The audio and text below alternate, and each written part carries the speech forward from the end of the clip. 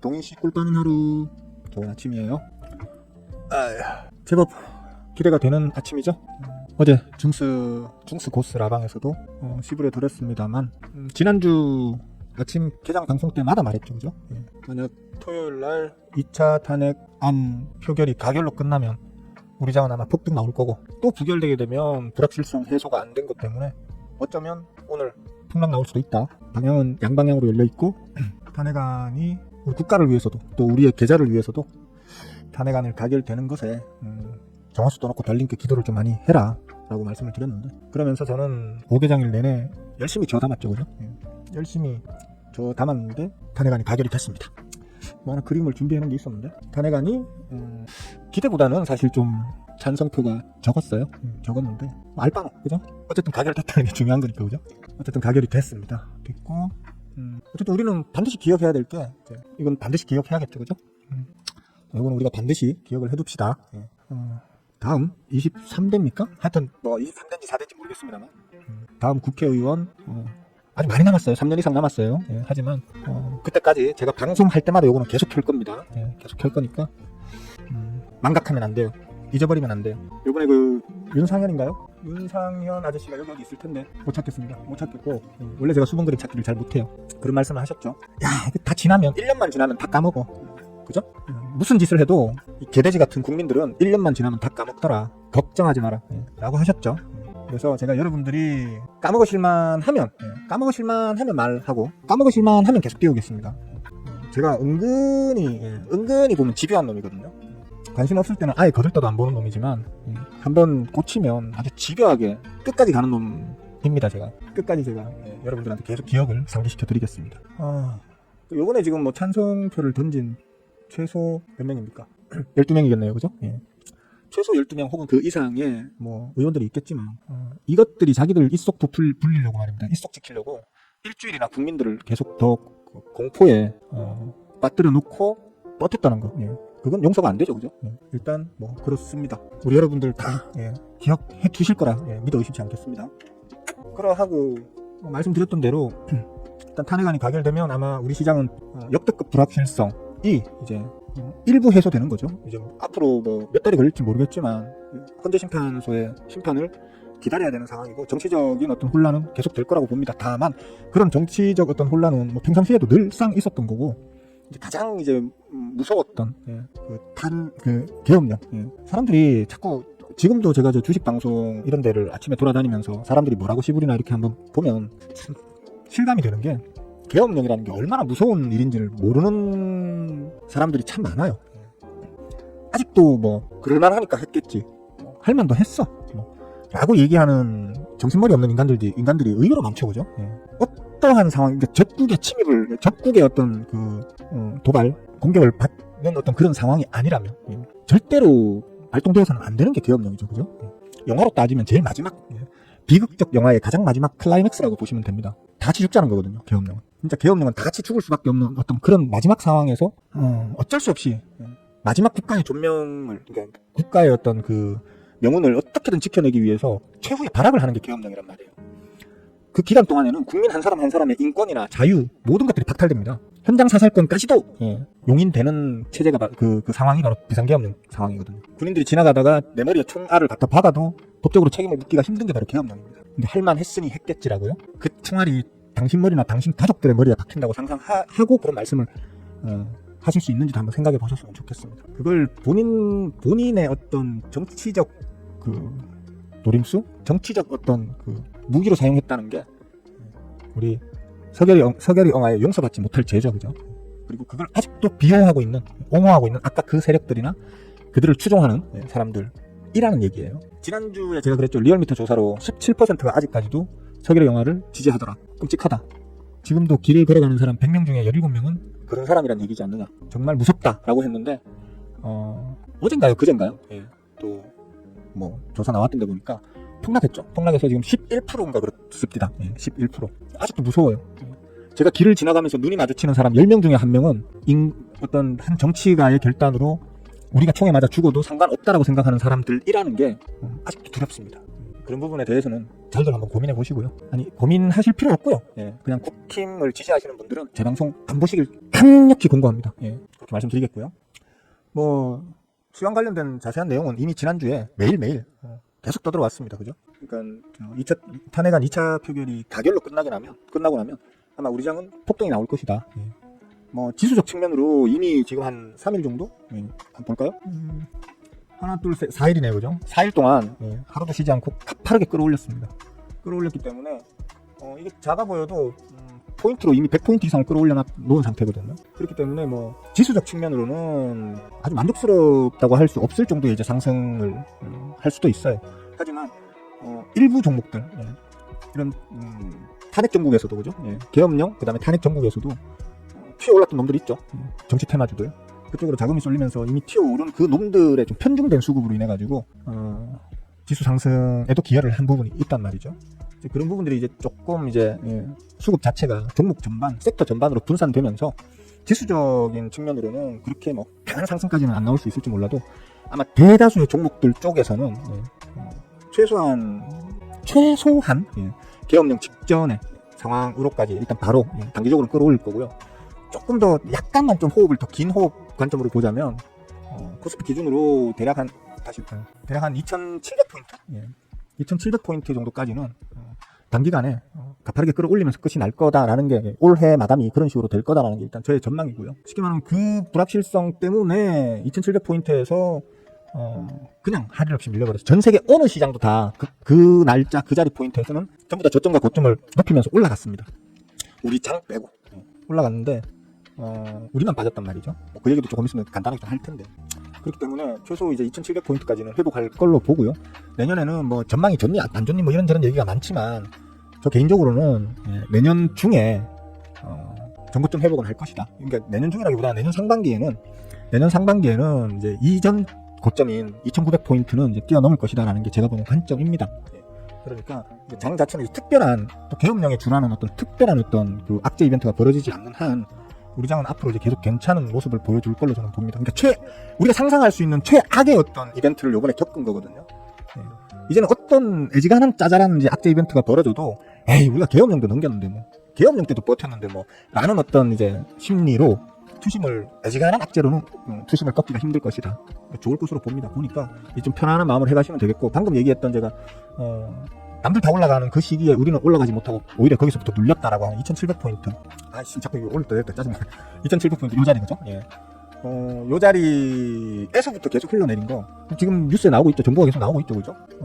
윤통이 제일 먼저 그 구체적으로 이제 제시했던 거. 예. 준비를 시작했던 게 7월 초부터랍니다.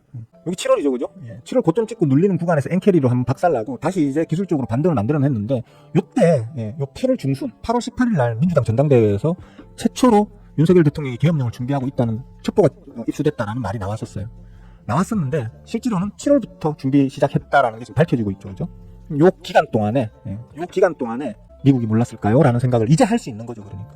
뭐 지금 그 약간 머리 안 돌아가는 사람들은 미국이 어떻게 우리나라를 전에도 한번 그것 때문에 난리 났었는데 어떻게 우리나라를 도청할 수가 있느냐 그게 말이 되는 소리냐 뭐 라는 식으로 얘기하는데 여러분들이 잘 모르는 게 미국이 도청 자체를 아주 의존도를 크게 가지고 첩보 수집에 이용했던 거는 사실 아주 과거의 일입니다. 지금은 다 사람으로 해요. 각 국가의 요소 자리에 친미 성향 쉽게 말하면 자기들하고 오랫동안 끈끈하게 서로 우호적인 어떤 상황을 맺어온 그런 인사들이 중요한 요소 곳곳에 배치되도록 만들기도 하고요. 혹은 그렇게 배치되어 있는 사람들과 새로운 관계를 트기도 하고 해서 말 그대로 사람으로 정보 수집하는 비중이 훨씬 큽니다. 그건 지금 이 현 시대를 살아가는 대부분의 국가들이 다 그렇다고 저는 알고 있거든요. 일본에도 친한 정치인이 있고요. 우리나라에도 친일 정치인이 있습니다. 친미 정치인도 있고요. 미국에도 친한 정치인, 친일 정치인, 심지어 친중 정치인도 있습니다. 다 있단 말이에요. 우리나라 안에도 미국과 직접적으로 겉으로 드러내놓진 않아도 뒤로 직접적으로 어떤 소통을 하고 있는 그런 정치인들 다글다글합니다. 왜 꼭 도청만 했다고 생각하시죠? 바보들 아닙니까? 근데 이미 7월 초에 윤통이 그전부터도 계엄해버릴까 뭐 이런 걸 이빨아처럼 했답니다. 특히 술 한잔 들어가셨을 때 그 양반은 24시간 술에 취해 계신 분이라는 증언들이 쏟아져 나오고 있긴 합니다만 특히나 술 취했을 때는 그냥 입버릇처럼 계엄해버려라는 말을 했다는 지금 첩보들이 나오고 있습니다. 정보들이 7월달에 구체화돼서 이제 실행 단계에 들어갔을 때 이미 전해져가지고 미국으로 정보가 넘어갔을 확률이 매우 커졌죠 지금. 그리고 미국은 그 이후로 계속 정보를 추적하고 있었을 거예요. 엔캐리 때문에 폭락하고 난 이후에 제자리를 회복했을 때, 미국 입장에서 어떻게 해야 할까요? 어제도 얘기했지만, 어떤 인사들은, 지금 미국이 직접 윤뚱을 체포를 하지, 그걸 왜 김어준한테 알렸겠냐. 첫째, 아니, 진짜 자기들이, 미국이 우리나라 대통령을 체포할 권리가 어디 있습니까? 우리하고 전쟁하자는 얘기예요? 말이 되는 소리, 상식적으로 말이 되는 소리를 해야죠. 자기들이 정보를 가지고 있다고, 그 정보를 토대로 해가지고 우리나라 대통령을 직접 체포할 권한이 어딨냐고요. 미국 애들한테. 말도 안 되는 소리를 하고 있어요. 그것도 배웠다는 인간들이, 정치판에서 밟고 굴러먹었다는 인간들이 그딴 개 잡스러운 소리를 지금 하고 있습니다. 그거 논리랍시고. 그리고 미국 첩보기관이 미쳤다고 김어준 따위하고 직접 소통이 아닐 수도 있잖아요. 간접적으로 계속 전달 몇 달이 전달돼서 몇 다리가 전달되어가지고 김어준한테 흘러 들어갔을 수도 있는 거잖아요. 왜 그런 식으로 자꾸 호도하시죠? 예? 그쪽 지지하는 분들 지금 업지참 다 나가셨죠. 죄송합니다. 이게 좀 상식 수준에서 좀 판단할 수 있는 능력들이 그렇게들 없습니까?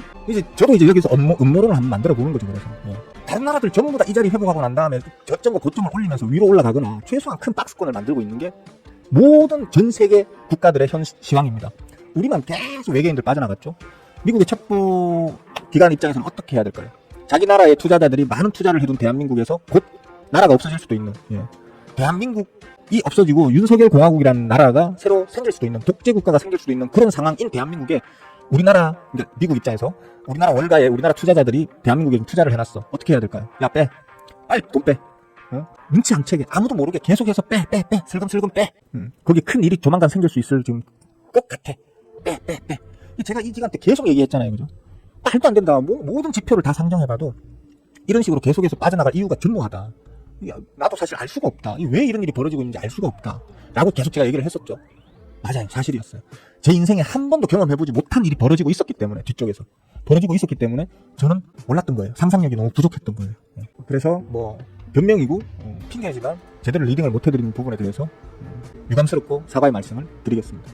어쨌든 그렇습니다. 만약에 제 논리가 맞다면 더더군다나 이제 어떤 불확실성이 아니고 어찌 보자면 대한민국 역사 이래 최악의 또 다른 어떤 악재가 될 수도 있는 이 상황이 비교적 빠른 시간 안에 마무리가 잘 된 것으로 보입니다. 그죠?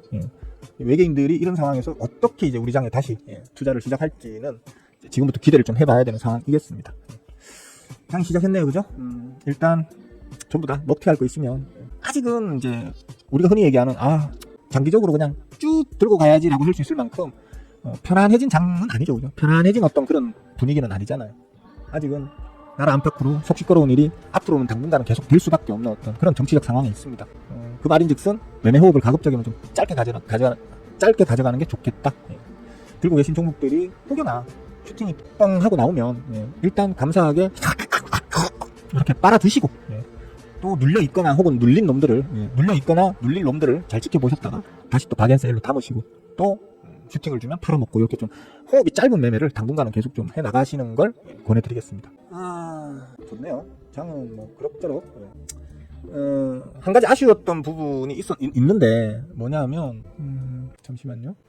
제가 그랬죠.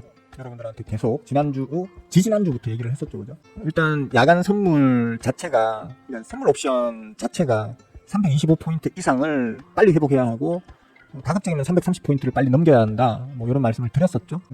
다행히도 계엄령이 터지던 그 수요일 밤 지나서 목요일 아침까지 야간 선물 옵션이 다행히도 325포인트를 넘긴 채 끝이 났었고요. 그 이후에 계속해서 좀 부침은 있었지만 결국 이제 330포인트를 지난주 금요일 날 야간에 안착하고 난 다음에 지금 끝이 났었거든요. 지금 최고 한 330포인트를 뛰어넘었다가 잠깐만요. 330포인트를 뛰어넘었다가 그죠? 뛰어넘었다가 끝부분에 살짝 꺾어지면서 끝이 났거든요. 그래서 오늘 장이 기대한 만큼 세게 나오지 않을 수는 있겠다. 올라가더라도 상승은 하더라도 기대한 만큼 막 진짜 장중에 막 펑펑 터지는 그런 장이 아닐 수는 있겠다라는 걸 미뤄 짐작할 수 있는 그런 상황이었긴 합니다. 이제 문제는 중요한 자리를 일단 넘어선 상태이기 때문에 지금부터는 이제 안정적으로 계단을 차근차근 토닥토닥 밟아서 코스피 기준으로 한 2,700포인트 정도까지는 안정적으로 끌고 나갈 수 있는 그런 장세다 정도로 이해하시면 될 것 같습니다. 슈팅 나오는 거 있으면 좀 먹고 튀려고 했는데 제가 들고 있는 종목들 중에 당장 오늘 3%, 5%, 2%, 4.2% 하여튼 이런 식으로 벌었습니다. 상승은 나오는데 슈팅 거래량이 팡 터지는 큰 슈팅이 나오는 종목은 없어서 당장 지금 제가 매도 버튼을 누를 만한 종목은 제 포트폴리오에는 지금 안 보이네요. 안 보여서 일단 좀 지켜봐야 될 것 같습니다. 여러분들은 좀 먹튀할 만한 게 있으셨습니까? 점상 같네? 그래서 안 보였네. 점상 같네? 발금씨 축하해요. 저랑 우리 제자분들 거의 다 이거 안 들고 있습니까? 거의 다 들고 있을 걸 아마? 그렇고 뭐 혹시 질문 있으신 분들은 질문하세요. 물론 뭐 제가 반드시 답해드릴 의무는 없습니다만 별로 할 말이 없으니까 질문하시면 아는 한도 내에서 답변해 드리겠습니다. EAT요? 들고 가셔야죠. 오늘 이거 왜 빠져? 이거 지금 바로 물 타지 마시고요. 첫 양봉 나는 날. 유준공시 떴어요? 지랄 났네. 유준공시 떴으면 오늘 말고요. 첫 양봉 나오는 날을 한번 기다려 보세요. 오늘 이후에 첫 양봉 나오는 날. 만약에 오늘 지금 이 상태로 끝나는 게 아니고 장중에라 그러니까 장 마감 때 비록 퍼센트는 마이너스더라도요. 양봉으로 끝나는 날, 이게 빨간 캔들로 끝나는 날 있잖아요. 오늘 만약에 이게 빨간 캔들로 끝난다, 쉽게 말하면 시가를 넘어서서 끝난다 하면 그때 물 타시면 되겠고요. 그게 아니라면 앞으로 뭐 내일이든 모레든 첫 양봉 뜨는 날, 그날에 물을 타시면 될 거예요. 일단 추세를 이걸로 한번 쫓아보세요. 잠깐만요. 키운 기준으로 0127이죠, 그죠? 0127인데 요거 보시면 빨간색이 뜨고 있다는 건 결국 무슨 말이에요? 지금 키움증권 창구만 본 거거든요. 무슨 의미인지는 아시겠죠, 그죠? 길동씨도 제 채널에서 혹시 공부라는 걸 좀 하셨으면 아실 거예요, 그죠? 이게 무슨 의미인지. 지금은 던져지고 있다는 얘기예요, 그죠? 던져지고 있다는 얘기인데 이게 마지막 종가 때 이게 파란색으로 전환이 된다면, 그러니까 기준을 두 개로 잡아보세요. 이 캔들 자체가 빨간색으로 끝나든지, 그죠? 캔들 자체가 빨간색으로 끝나든지, 요게 파란색, 뭡니까? 순간거래량 자체가 마감 기준에서 파란색으로 끝나든지. 둘 다면 더 좋겠죠, 그죠? 둘 다 이제, 요거는 파란색으로 끝나고, 요거는 빨간색으로 끝이 나는 그 날에 물을 탄다고 한번 생각하시면, 좀 수월할 겁니다. 이제 유준공시 뜨게 되면, 일단, 분명히 단기적으로는, 주가 쇼크를 받을 수밖에 없어요, 그거는. 왜냐면 이제, 주주의 가치가 희석되는 이벤트이기 때문에, 어쩔 수 없이 단기적으로는 조금, 쇼크를 받을 수밖에 없습니다. 하지만 이제 그 상황에 따라서, 이게 어떤 목적의 유상증자냐에 따라서, 가치 재평가를 받기 때문에 그리고 일단 무엇보다 이 종목은 매집률 자체가 거의 깡패급으로 좀 모여있는 종목이거든요. 그러니까 주포용화가 진짜 완전히 대부분의 물량을 다 들고 계신 채로 지금 이 종목을 보유하고 계신 그런 상황이기 때문에 계속 끌고 나가봐도 괜찮을 걸로 저는 봅니다. 이미 들고 있는 상태에서 지금 오늘 이 하락을 맞으니까 쇼크가 좀 큰 건데 한번 가져가 보세요. 계속 물은 정리하자면 요거 양봉 전환되면서 아까 보여드렸던 그 거래원 순간 거래량이 오히려 이제 개미들의 물량을 누군가가 뺏어가는 게 눈으로 확인되는 거거든요. 그게 될 때 그때 한번 해보시면 될 것 같습니다. 그리고 원재씨 어서와요. 인사가 너무 빨랐죠? 길동씨야.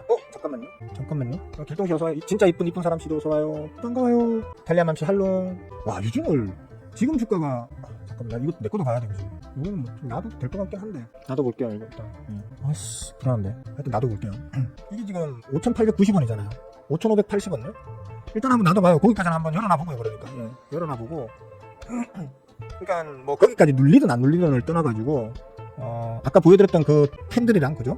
캔들이랑, 순간거래량 누계합이잖아요, 그죠? 누계합이 이제 뺏겨나가던 물량을, 그러니까 던져지던 물량이 다시 회수되는, 반대지. 그치. 던져지던 물량이 다시 회수되는 걸 확인하고 난 이후에 물을 타도 그때 타셔야지 맞을 것 같습니다. 그렇게 해보시면 될 것 같아요. 여러분들 거가 어떻게 되는지 중요하겠지만 제게 어떻게 되는지가 훨씬 중요하죠, 그죠? 그러니까 잠시만요. 놔둘까? 일단 놔둬보겠습니다. 놔둬보고 내일 상황 봐서 대응을 해야겠네. 자, 뭐 다른 질문 있으신 분? 잠깐만, 제가 무슨 얘기를 했죠? 방금 EAT 얘기했었나요? 야간 선물 얘기했고, EAT 얘기했고, 또 무슨 얘기했죠? 그냥 생각나는 대로 주절 떠들다 보니까 내가 무슨 얘기했는지도 까먹어버려, 맨날. 얘기인데 적을 필요 없겠다. 그냥 대충 몰라, 씨. 뭐 다른 질문 있으신 분? 날씨가 따숩은 날씨인가? 아니면 지금 내부 난방을 너무 올려놨나? 덥네. 질문 있으신 분? 없으신 것 같네요, 그죠? 그러면 지금 9시 20분이 다 돼가네요. 오늘은 여기까지만 할게요. 발금씨 또 이상한 질문하면 내가 강퇴시켜버린다, 진짜. 이상한 질문하면 강퇴시켜버린다. 뭐 이쁜 아가씨 꼬시는 법 이런 거 2700까지 열어둔다고 한 이유가 뭐냐면요. 그건 아실 거고, 어제 방송 발금씨 도둑 시청했죠, 그죠? 그러니까 내용은 아실 건데, 문제는 그게 전반적으로 다 올라갈 것이냐. 올라가더라도 떨어질 때는 한꺼번에 떨어졌지만 올라갈 때는 한꺼번에 올라가지 않는 경우가 많잖아요. 그러니까 떨어질 때 한꺼번에 떨어졌지만 이미 먼저 올라간 놈들도 있고요, 그죠?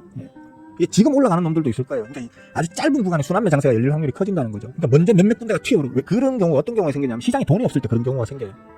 그러니까 일부 그날 이슈를 받는 종목들에 단기적으로 자금이 확 쏠렸다가 그게 어느 정도 튀어오르고 난 다음에 그걸 팔고 튄 놈들이 또 자기 놈들한테 가르치는 방식으로 또 아직까지 눌려서 안 움직이는 놈들을 담아. 그걸 튀어 올려놓고는 또 팔아가지고 또 아직까지 멈춰있는 놈들을 또 담아. 튀어오르고 이런 식으로 짧은 구간에 순환매를 일으킨단 말이에요. 지금 같은 상황에서 그런 일들이 자주 벌어진단 말이에요.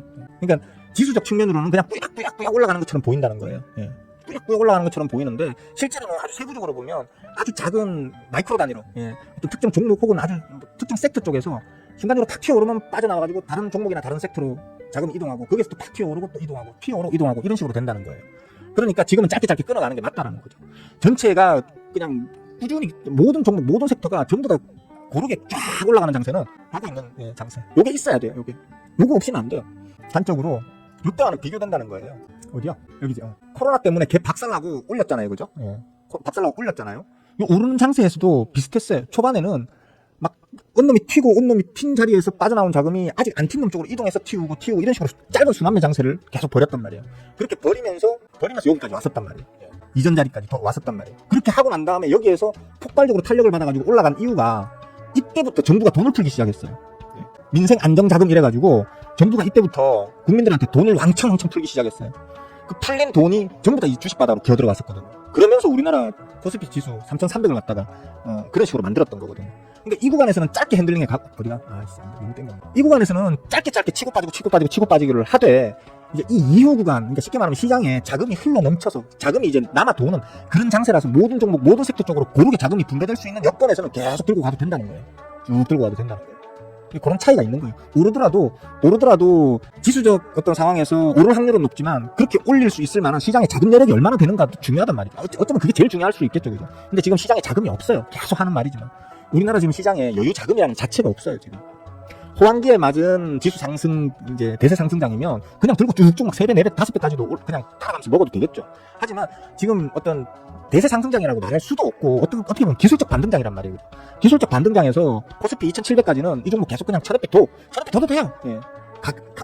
갈 때 되면 가겠지, 언젠가는. 하지만 이제 수익률 극대화 측면에서는 한번 튀어오르면 먹고 튀고 싼 놈을, 저렴한 놈을 잡아놓으면 또 먹고 튈 수 있잖아요. 또 저렴한 놈 잡아놓으면 또 먹고 튀을 수 있고, 남들이 그냥 가만히 내버려 둬가지고 1,000만 원 벌 때 나는 먹고 튀고 해가지고 한 500만 원씩 3번 4번 먹고 튀면 2,000만 원을 버는 거란 말이에요. 가만히 내버려 두고 1,000만 원 버실래요? 먹고 튀고 해가지고 2,000만 원 버실래요? 그런 측면에서 좀 호흡 바른 매매를 하는 게 지금은 좀 수익 극대화 측면에서는 좋다.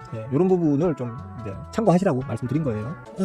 슈팅 없이 찔끔찔끔 인덱스 하나 정도 찍으면 먹튀 할 때 찔끔찔끔 찍었다가 찔끔찔끔 빠지면 그냥 털어내는 게 맞아요. 기술적으로 봤을 때. 기술적인 저항에 영향을 받고 있다는 얘기거든요. 저는 그래서 항상 그렇잖아요. 제가 수익률이 뭐 10%가 나있든 15%가 나있든 20%가 나있든 그냥 쳐들고 가요. 쳐들고 가는데 한번 빵 찌르면 미친듯이 한번 빵 찌르면 그냥 먹고 튀는 거예요. 하지만 찔끔찔끔 가긴 가는데 아주 의미 있는 특정 자리에서 대가리를 쳐맞고 난 다음에 또 찔끔찔끔 빠지기 시작하면 이거는 찔끔찔끔 아래 지지까지 계속 밀릴 수 있다고 봐야 되거든요. 그걸 그냥 팔아버리고 또 저렴한 놈 또 담으면 돼요. 종목은 흘러 넘치게 많잖아요. 그죠? 한 종목에 자꾸 연연하실 필요가 없어요. 이 밑에서 찔끔찔끔 거기까지 올리려고 하면 아무래도 이 밑에 있을 때에 비하면 수급적으로 더 안 좋아져 있을 확률이 크고요. 설사 수급적으로 더 안 좋아지지 않았다 하더라도 기술적으로 봤을 때 이미 좀 어느 정도 업이 된 가격이잖아요. 그러면 위험 요소가 생긴 거란 말이에요. 수급적으로도 훌륭하면서 혹은 더 좋으면서 가격 자리도 저렴한 종목들이 지금 최소 몇백 개 있잖아요. 그죠? 최소 몇백 개가 있단 말이에요. 그러니까 그런 놈들로 옮겨 탄다고 해서 문제될 거 없겠죠. 그죠? 그러니까 지금은 그냥 좀 얍삽하게 먹고 튀고 하는 게 오히려 수익률 극대화 측면에서는 좀 더 유리할 수 있겠다라는 측면에서 얘기 드린 거예요. 자, 다른 질문 있으신 분? 그러니까 먹고 튀고 하는 어떤 그런 기술적인 대응이 어려우신 분들은 그냥 차렵게 두는 게 맞고요. 공부 안 하고 뭐 저도 못 먹는 사람들은 어쩔 수 없는 거잖아요. 그죠? 그러니까 공부를 해서 나는 이런 상황에서는 그냥 찜찜하니까 안 찜찜한 종목으로 갈아타도 되겠네라고 하시는 분들은 갈아타시라는 얘기예요. 맞잖아요. 왜 찜찜한 구석이 없는 종목들이 얼마든지 있는데 찜찜한 구석이 계속 오르는 바람에 상단 저항에 캔들의 대가리를 쳐맞고 찜찜해져 있는 구석이 하나 생겼어요. 그죠? 얘는 이제 그 종목을 내가 안 들고 있고 지금 내가 이 종목과 이 종목들 중에 뭘 담을지를 한번 고민을 해보세요. 당연히 이게 아닌 이걸 담겠죠. 그죠? 내가 팔고 난 다음에 튀어오를지언정 그거는 내 거 아니라고 생각해야 되는 거예요. 맞잖아요. 그죠? 내가 안 담고 있는데 지금 내가 첫 매수를 하려고 하는데 요 자리에 이미 와 있는 놈이 있고요. 요 밑에 있는 놈들이 있어요. 둘 중에 뭘 사시겠냐는 거죠. 나 같으면 이거 살 것 같거든요. 이걸 살 거면 요거 팔아가지고 요거 사면 되겠죠. 그죠? 그런 측면으로 얘기를 한 거예요. 그런 측면으로. 그러니까 좀 야비하게 얍삽하게 그렇게 매매해야 돈이 됩니다. 오케이? 자, 수고들 하셨고요. 어디 갔어? 여기 없애버렸네. 아이씨 모르겠다. 이거나 다시. 자, 수고들 하셨고 계속 수고들 하시고요. 상남자에게 얍삽한 매매는 좀 어렵지만 그래 나는 얍삽한 놈이었어. 난 상남자가 아니야. 하남자라서 얍삽한 매매에 특화되어 있습니다. 어쩔 수 없습니다. 자, 수고들 하셨고요. 계속 수고들 하시고요. 내일 아침에 또 뵙는 방향으로다가 합시다. 그리고 애지간하면 공부하세요. 주식은 뭐 여기저기 막 협업시켜가지고 막 종목 던져주는 종목팔이 하는 그 자칭 전문가라는 것들 어마어마하게 많은 게 이 바닥입니다. 그리고 그런 인간들을 쫓아다니면서 종목만 받아먹는 버릇 들여놓으면요. 일단 첫째 돈도 못 벌거니와 똑같은 종목으로도 어느 놈은 먹고 어느 놈은 못 먹는 이유가 그거거든요. 그러니까 남에게 의존하는 매매 하실 거면 주식을 안 하시는 게 맞아요. 제발 좀 정신을 차리시고 스스로 공부하세요. 내년 1월부터 1월 1일 자정부터 제 채널 시스템 완전히 변화된다고 얘기를 계속 하고 있죠, 그죠? 공부 안 하는 사람들은 아무것도 못 건져가게 할 겁니다. 제 채널에서 아무것도 못 건져가게 할 겁니다. 직접 노력과 그리고 제가 제공하는 어떤 이 지식에 대한 가치를 제대로 지불하면서 이제 공부하십시오. 하실 분들은 그렇게 하십시오. 그저 퍼주는 짓은 4년 했으니까 4년 동안 거저 퍼주다시피 했기 때문에 더 이상은 안 하기로 했습니다. 그러니까 진짜 공부하실 마음이 있으신 분들은 내년부터는 제대로 하시기 바라겠습니다. 자, 즐거운 하루 보내세요. 빠잉!